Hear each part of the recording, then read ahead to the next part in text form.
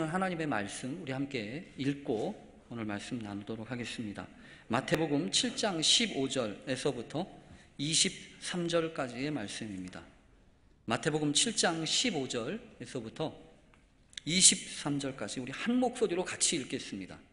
마태복음 7장 15절에서부터 23절까지의 말씀입니다. 함께 읽겠습니다. 거짓 선지자들을 삼가라. 양의 옷을 입고 너희에게 나아오나 속에는 노략질하는 일이라. 그들의 열매로 그들을 알지니 가시나무에서 포도를 또는 엉겅퀴에서 무화과를 따겠느냐. 이와 같이 좋은 나무마다 아름다운 열매를 맺고 못된 나무가 나쁜 열매를 맺나니 좋은 나무가 나쁜 열매를 맺을 수 없고 못된 나무가 아름다운 열매를 맺을 수 없느니라. 아름다운 열매를 맺지 아니하는 나무마다 찍혀 불에 던져지느니라. 이러므로 그들의 열매로 그들을 알리라. 나더러 주여 주여 하는 자마다 다 천국에 들어갈 것이 아니요 다만 하늘에 계신 내 아버지의 뜻대로 행하는 자라야 들어가리라. 그날에 많은 사람이 나더러 이르되 주여 주여 우리가 주의 이름으로 선지자 노릇하며 주의 이름으로 귀신을 쫓아내며 주의 이름으로 많은 권능을 행하지 아니하였나이까 하리니 그때 내가 그들에게 밝히 말하되 내가 너희를 도무지 알지 못하니 불법을 행하는 자들아 내게서 떠나가라 하리라. 아멘. 먼저 좋은 나무가 되라 라는 제목 가지고 오늘 말씀 나누겠습니다. 우리 옆에 계신 분하고 함께 오늘도 은혜 받는 예배 되십시오. 함께 인사하겠습니다. 오늘도 은혜 받는 예배 되십시오. 네, 감사합니다. 원래는 남북평화통일 공동기도주일이라고 그래서 우리나라와 저 북한에 있는 대표자들이 함께 만든 기도문이 있습니다. 그 기도문을 가지고 함께 기도하는 예배인데 제가 먼저 이렇게 쭉 보니까 조금 정치적인 부분들도 많이 있고 그래서 함께 기도하는 것은 부적절하겠다 생각을 해서 제가 그건 뺐습니다. 그러나 여러분 좀 기억하십시오. 오늘은 광복절을 앞두고 나라를 위해서 기도하는 주간이구나 라는 것을 기억하시면서 이 나라 위해서 함께 기도하는 시간 되셨으면 좋겠습니다.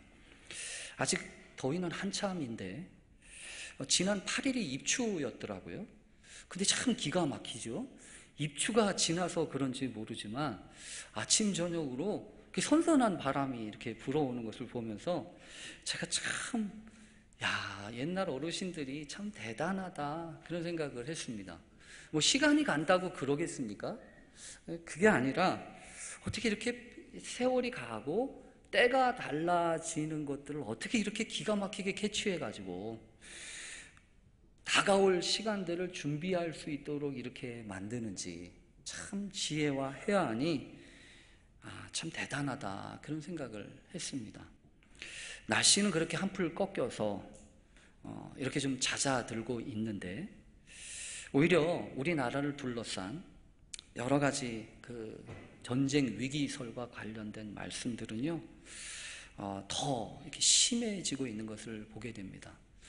요즘에는 말도 오죽했으면 뭐 선제 타격이라느니 또 말폭탄이라든지 이런 말들로 가득 차서 여러분 우리들이나 조금 덜 걱정하고 있지 이 세계적으로는 아주 주목받는 나라가 바로 요즘과 같은 시대의 우리인 것 같아요. 혹시 여러분들도 뭐 금괴 같은 거 사셨습니까? 금괴 같은 거 이렇게 쌓아놓으시기도 하고 현금 같은 거 보관하고 계십니까? 어떤 면에서 보면 이렇게 이런저런 위기들 앞에서 우리가 다시 한번 생각하고 돌아보게 됩니다. 왜냐하면 여러분 위기 앞에서 두 가지 반응이 나올 수 있어요. 어떤 거냐면 위기 앞에서 위축되고 약해지는 경우가 있고요. 오히려 위기 앞에서 더 강해지는 경우가 있습니다. 대개 어떻게 여러분 반응이 되십니까? 우리에게 다가오는 여러 가지 위기들이 없을 수는 없잖아요. 건강의 위기가 오기도 하고 또 가정의 위기가 오기도 하고 또 재정의 위기가 오기도 하고 직장의 위기가 오기도 하고 뭐 관계의 위기가 오고 그런데 그런 위기 앞에서 위축되고 약해지는 케이스가 있고, 그렇지 않고 오히려 강해지는 케이스들도 분명히 있다는 거예요. 여러분, 신앙인의 진짜 모습 또한 여러분 그 위기 앞에서 나타나지 않습니까? 세상에서는 그러더라고요. 이 위기 앞에서 강해지느냐 약해지느냐의 차이는 펀더멘털이라고 일컬어지는 토대에 있다는 얘기를 하더라고요. 어떤 경제적인 부분에 있어서도 이 경제의 토대가 되는 것이 강하면 위기 앞에서 오히려 위축되거나 그러지 않고 새롭게 발전을 하든 새롭게 되어지는 가능성을 갖게 되는 반면, 위기 앞에서 와르르 무너지게 되는 경우에는 대부분 어떤 경우냐 하면 토대가 약하다는 거예요. 기초가 약하다는 거예요. 그래서 여러분, 신앙인의 모습도 반드시 그렇습니다. 이 위기 앞에서 호련히 등장하고 나타나는 케이스들도 얼마든지 있습니다. 여러분 아시는 것처럼 요셉이라고 하는 사람이 역사의 전면으로 부상되기 시작했던 때는 어떤 때였냐면, 바로에게 하나님이 위기를 주셔서 바로가 꿈을 꾸었는데 이게 도대체 무엇인지 모를 정도로 불안함과 위기가 다가와서, 그때 이 바로에게 비롯한 모든 애굽의 모든 사람들이 그 위기 앞에 어떻게 적응할지를 몰라서 걱정하고 염려할 때 하나님이 이 요셉이라고 하는 사람을 일으키시잖아요. 여러분, 또한 하만의 관계로 인해 가지고 민족이 몰살당할 수밖에 없었던 그런 위기 가운데에서 호련히 등장하는, 역사의 전면으로 등장하는 사람이 에스더 아니에요? 그 전까지만 해도 에스더는요, 그냥 한낱 여인이었어요. 그냥 가정이나 잘 꾸리고 잘 출세해가지고 왕으로 지낼 수밖에 없었던 여인이었다고요. 근데 이 여인이요, 그 민족의 위기 앞에서 내가 죽으면 죽으리라 마음의 결심을 하고 나를 위해 기도해달라고 그러면서 내가 왕의 명령을 어기고 내가 나가겠습니다. 그러면서 민족의 운명을 바꾸는 여인이 되지 않습니까? 결국 여러분, 위기가 없었다고 한다면, 그런 위기들이 없었다고 한다면 요셉은요, 에스더는요, 역사의 주인공이 될 수가 없었어요. 오히려 여러분, 무엇이 됐든 하나님의 속 안에 있지 않겠습니까? 우리에게 되어지는 모든 일들이 다 우리가 운행하고 우리가 계획한 대로 되어지는 게 아니라 하나님이 하늘을 날아다니는 참새한물에도 허락하지 않으시면 떨어지지 않는다고 하셨으니, 우리에게 벌어지는 여러 가지 위기의 상황들도 사실은 하나님 속 안에 있다는 거예요. 무언가 바로잡으셔야 할 필요가 있을 때 하나님은 위기를 보내시기도 하고, 무언가 하나님의 뜻을 나타내시기 위하여, 행하시기 위하여 위기를 이렇게 만들어 가시기도 하신다고 하는 것을 우리는 성경을 통해서 분명히 발견하게 됩니다. 여러분, 앞으로 다가오는 게 여러분 이번 8월 달 전쟁 위기설밖에 없겠습니까? 아니요. 주님이 오시기까지 계속된 위기에 대한 이야기가 올 거예요. 그런데 문제는 위기가 있느냐 없느냐가 문제가 아니고, 그 위기 앞에서 우리가, 특별히 신앙을 가지고 있는 사람들이 어떻게 대응하고 어떤 태도를 가질 것이냐 하는 게 중요하다는 거예요. 새벽에도 잠깐 말씀을 드렸는데요, 8월 11일자 생명의 삶이라고 하는 그 큐티 잡지가 있습니다. 그 큐티 잡지에 이것만은 건드리지 마세요 라고 하는 제목에 달려있는 이 이야기가 하나 소개가 되었습니다. 선한목자교회 담임하시는 유기성 목사님이 쓴 건데요, 내용은 이래요. 이분이 이제 각각 여러 곳에 집회를 나가시나 보니까 이번에는 애틀란타 쪽에 집회를 나가셨나 봐요. 근데 그곳에 가서 이제 다른 교회 집회를 하다 보니까 이런저런 목사님들도 많이 만나시지 않겠어요? 근데 이런저런 목사님들을 만나면서 이분이 깨닫게 됐는데요, 뭐가 깨닫게 됐냐면 한결같이 고난을 겪지 않으신 분이 없었다는 거예요. 목사들한테도.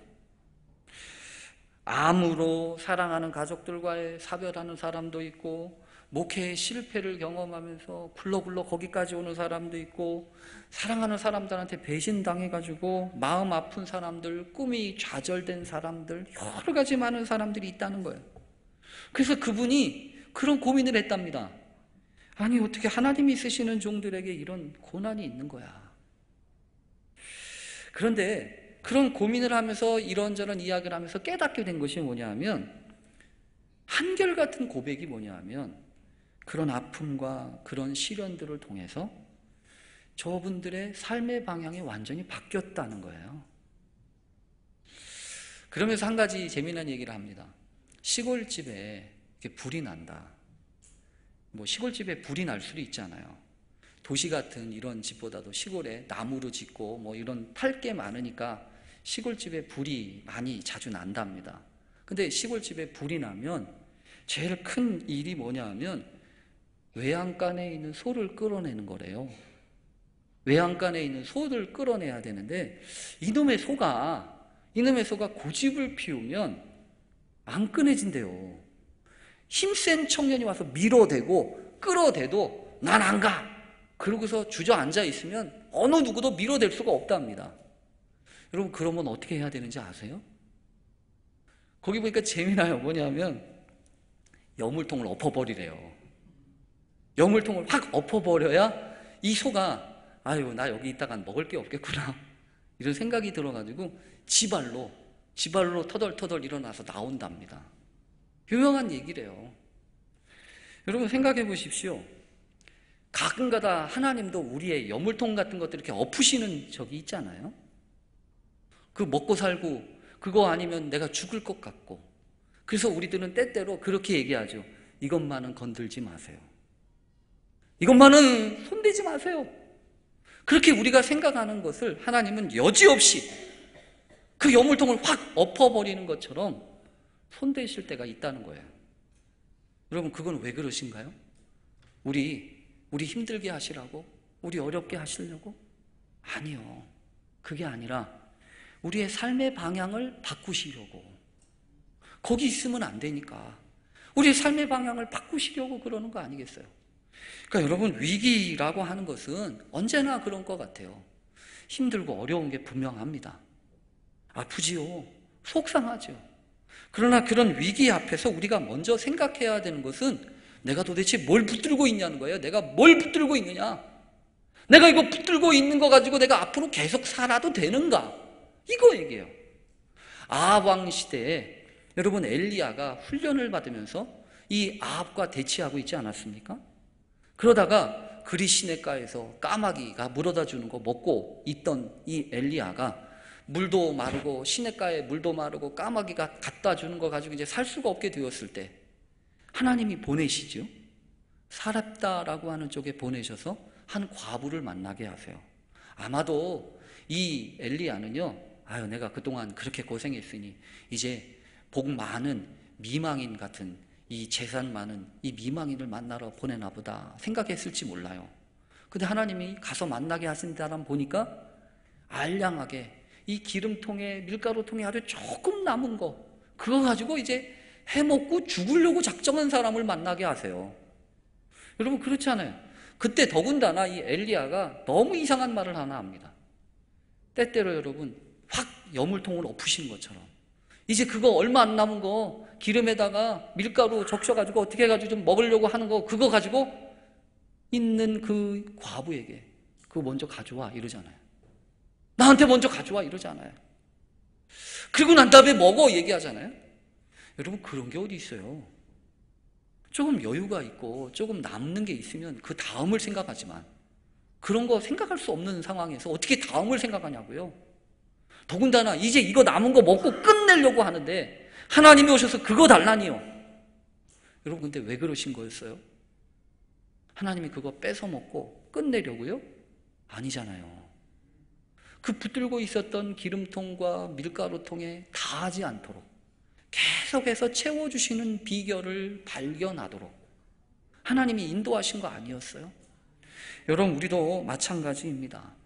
위기가 올 때, 시련이 오고 어려움이 올 때 걱정하고 염려하는 건 사실이지만 그때일수록 내 펀더멘탈, 이 기초를 단단하게 하고요, 내가 뭐 붙들고 사는지 다시금 생각해 보아야 하는 그런 때인 줄로 기억하면서 하나님, 내가 이거 붙들고 살아야 되는지 나를 가르쳐 주십시오.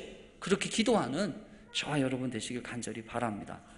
여러분, 우리는 산상수훈의 말씀을 통해서 우리 기독교인들이 주를 믿는 사람들이 어떻게 살아야 되는지를 발견하고 또 배우고 있습니다.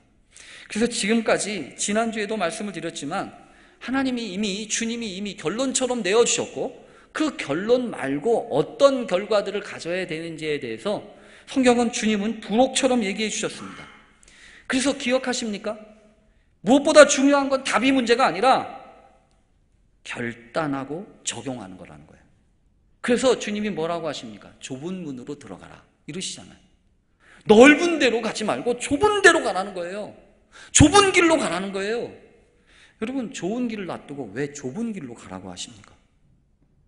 그거는 그 좁은 길을 통해서만이 갈 수 있는 곳이 있고 또 그 좁은 길을 통해서만이 하나님의 은혜를 경험할 수 있기 때문 아닙니까? 그래서 그걸 결단하라는 거예요. 그걸 적용하라는 거예요. 그래서 좁은 길로 가라, 좁은 문으로 가라 하시는 말씀이 첫 번째였어요. 그다음에 두 번째 말씀이에요. 오늘은 두 번째 말씀인데 뚱딴지 같아요. 뭐라고 말씀하시냐면 거짓 선지자들을 삼가라 이렇게 얘기하십니다. 아니 왜 갑자기 거짓 선지자 얘기를 할까요? 여러분, 왜 주님이 지금 말씀 얘기를 하다가 갑자기 거짓 선지자에 대한 이야기를 하시나요? 저는 그게 이상했어요.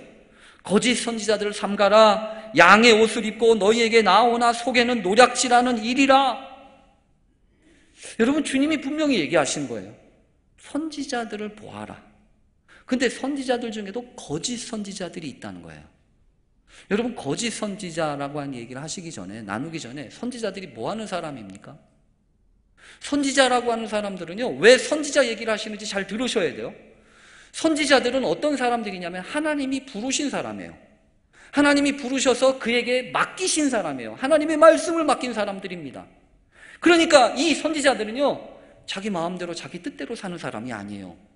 하나님의 말씀을 전하고 하나님이 부탁하신 길을 가는 사람들이에요. 그런데 그 사람들도 거짓이 있다고요. 그 거짓은 어떤 사람들일까요? 우선 여러분 먼저 선지자를 왜 얘기하시는지를 생각하셔야 됩니다. 여러분, 선지자라고 하는 사람들은 아까도 말씀하신 것처럼 말씀을 전하는 사람이에요. 그런데 선지자라고 하는 것을 생각해 보면서 제가 깊이 고민하고 반성하게 되는 것이 하나 있습니다. 뭐냐 하면 선지자들은 입술로만 전하는 사람들이 아니었다는 겁니다. 하나님의 말씀을 듣고 그 말씀을 전하기 위해서 자신의 삶 가운데 그 말씀을 녹여내야 했고 그 말씀을 살아야 하는 사람이 되었습니다. 호세아 같은 사람들 아시죠? 호세아 선지자 같은 사람은요, 하나님이 말씀을 전하시기 이전에 뭐라고 하십니까? 저 음탕한 여인 고멜한테 가서 시집가 장가가라. 그 여인을 데려다가 같이 살아라. 여러분, 때때로 하나님이 좀 너무하세요. 왜냐하면 하나님의 말씀대로 잘 살고 전하면 되지. 꼭 그렇게 해야 됩니까? 하나밖에 없는 그 행복 아니에요? 가정을 이루고 자식 새끼 낳고 편안하게 사는 거, 아웅다웅 때로는 싸우기도 하지만 토끼 같은 마누라, 뭐 같은 새끼들 두고서 행복하게 살고 싶은 게 선지자라고 아니겠습니까? 근데 하나님이 호세아 선지자한테 저 음탕한 여인, 바람난 여인, 저 여인을 사랑해라 가서 사랑할 것뿐만 아니라 결혼해라, 장가가라. 데려다가 결혼했어요. 아기를 낳았어요. 근데 미치고 팔짝 뛰겠어요. 이놈이 자식을 낳았는데 내 자식인지 내 자식이 아닌지가 모르겠는 거예요. 여러분, 그런 상황 생각해 보십니까? 그래서 아들 이름, 자식 이름도 로암미, 로루하마. 아무리 봐도 내 자식 아닌 것 같아. 아무리 봐도 너는 내 자식 아니지 라는 뜻입니다. 그리고 더군다나 그렇게 자식 낳고 바람나서 집 나가서 딴 곳에 가서 살고 있어요. 근데 여러분, 호세아한테 그러잖아요. 가서 그 바람난 여인을 가서 값을 치르고 다시 데려와서 다시 살아. 여러분, 그게 선지자예요. 아마도 선지자는요 그랬을 것 같아요. 제가 보지 않아도 뻔히 생각되는 게 있어요. 늦은 밤에 터덜터덜 거리면서 하늘을 우러다보면서 호세아가 그랬을 거예요. 하나님, 이게 뭐예요? 나더러 왜 이렇게 살라고 그러시는 거예요? 하나님이 왜 그러시는 건가요? 야, 호세아야, 너 마음 아프지? 네 마음이 내 마음이야. 내가 자식을 사랑하든 내가 아내를 사랑하든 이 민족을 사랑하는데 이 민족이 바람난 여인 같다. 그럼에도 불구하고 가서 다시 사랑하고 포기할 수 있는 게 너인 것처럼 나도 그래. 그러니까 선지자는요, 말로만 전하는 사람이 아니에요. 근데 거짓 선지자는 누구인가요, 도대체? 거짓 선지자는 말로만 전하는 사람이에요. 여러분, 그런 사람 조심해야 한다는 거예요. 제가 혹시 그런 사람 되고 있는 건 아닌가 고민이 됐어요. 여러분, 더군다나 거짓 선지자는 겉모습은 멀쩡합니다. 다 그럴듯해 보입니다. 양의 옷을 입었다면서요. 양의 옷을 입고 나온다는 건 표면적으로는 그렇게 의로울 수가 없고 선할 수밖에 없다는 겁니다. 그러나 속은 뭐라고요? 노략질하는 일이래요. 노략질이라고 하는 게 뭔지 제가 찾아봤어요. 노략질이라고 하는 건 하르팍스라고 하는 원어인데 이건 탐욕스럽게 개골스럽게 먹는 겁니다. 그리고 먹어치우기 위해서 여기 뜯고 저기 뜯고 갈갈이 찢어놓는 게 노략질이에요. 여러분, 이게 뭐냐 하면 오늘날처럼 그런 건 이런 겁니다. 용납이 안 되는 거예요. 용납이 안 돼가지고 가만 봐서 꼬투리를 하나 잡아가지고 그 꼬투리 하나 잡고 여기 찢고 저기 뜯어가지고 산산조각 나는 거.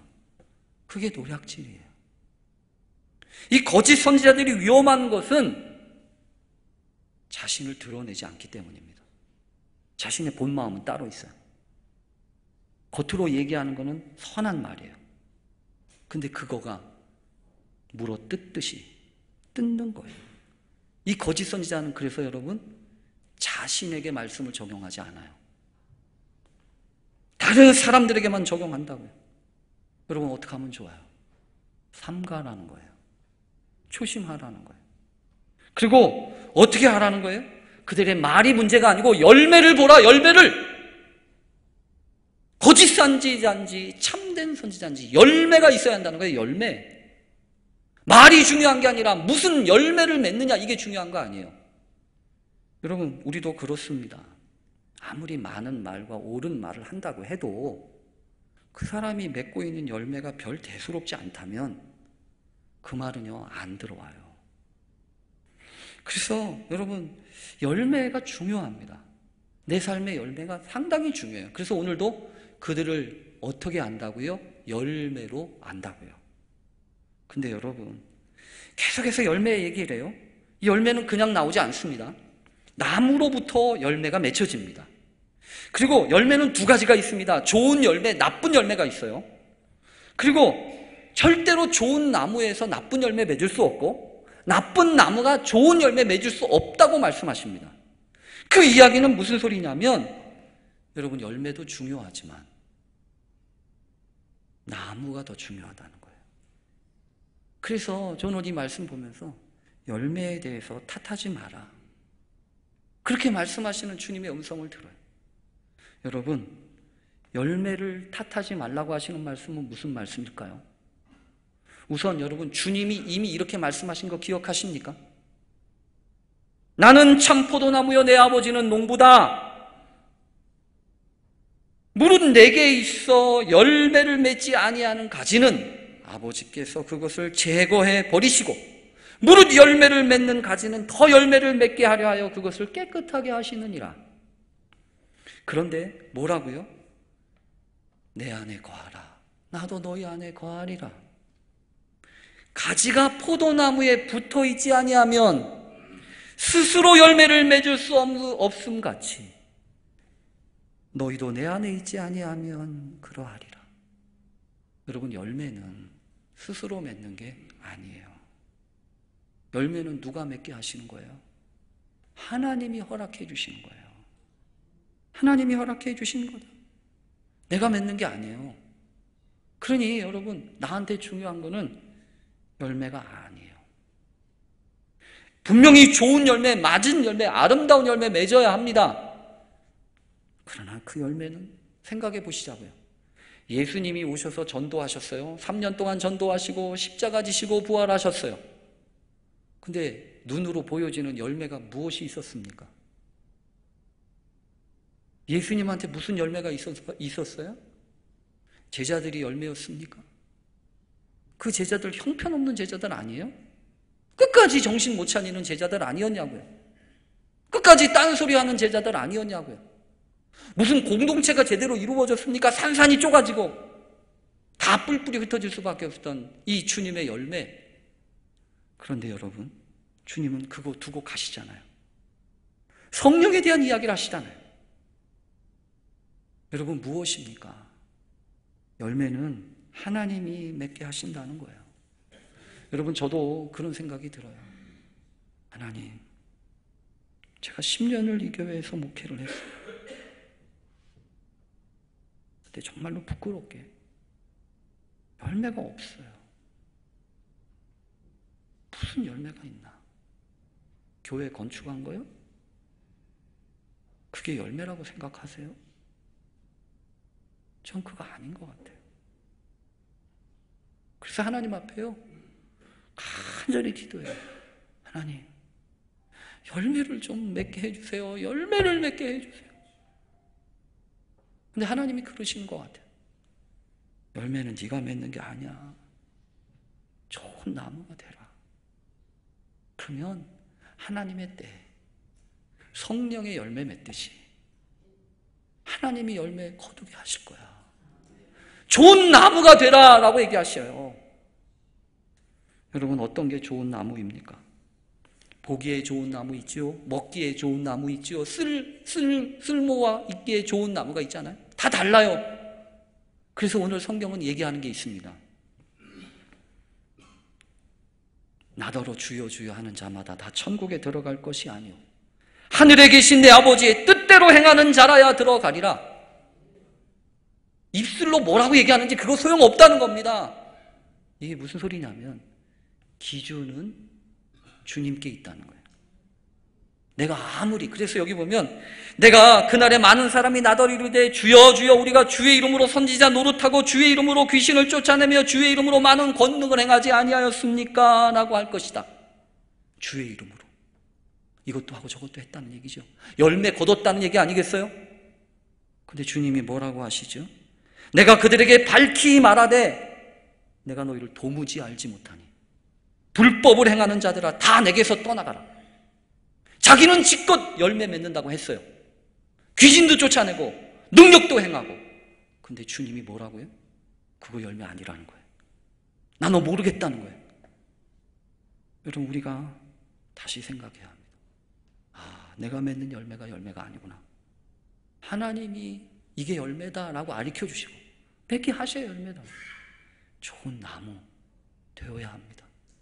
어떤 게 좋은 나무이겠습니까? 여러분, 생각해 보세요. 나무가 말할 수 있다면, 나무가 움직일 수 있다면 나무가 그러지 않겠어요? 아, 여기는 못 살겠다. 딴 데로 좀 가야지. 여기 그늘져.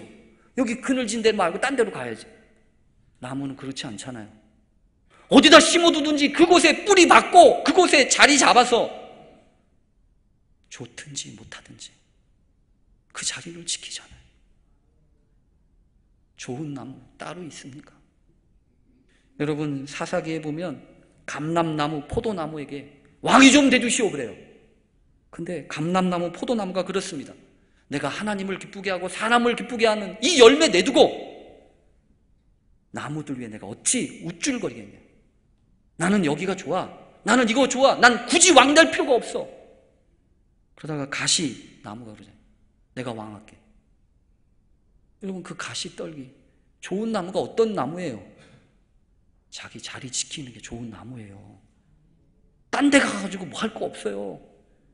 자리 지키는 거, 심겨주신 그 자리 지키면서 열매 맺는 거라고요. 그리고 여러분, 생각해 보세요. 가시나무요? 모세를 일깨웠던 그 가시떨기 나무, 저는 그 나무 참 좋은 나무 같아요. 열매는 비록 없어도 그 광야 한복판에 꿋꿋하게 거기 있었잖아요. 그래서 하나님이 그곳에 그 가시떨기에 불을 붙이셔서 모세를 일깨워 주셨잖아요. 좋다, 나쁘다 함부로 말하지 마세요. 하나님이 쓰시면 좋은 나무예요. 하나님이 맺게 하시면 좋은 나무라고요. 하나님, 마지막까지 나를 써주세요. 내가 함부로 판단하고 함부로 얘기하지 않겠습니다. 마지막까지 좋은 나무로 남겠습니다. 그렇게 기도하면서 하나님 앞에 쓰임받는 저와 여러분 되시길 간절히 축원합니다. 아멘. 기도하겠습니다. 하나님, 공연히 열매 탓하지 않게 해 주옵소서. 좋은 나무 먼저 되게 해 주옵소서. 예수님의 이름으로 기도합니다. 아멘.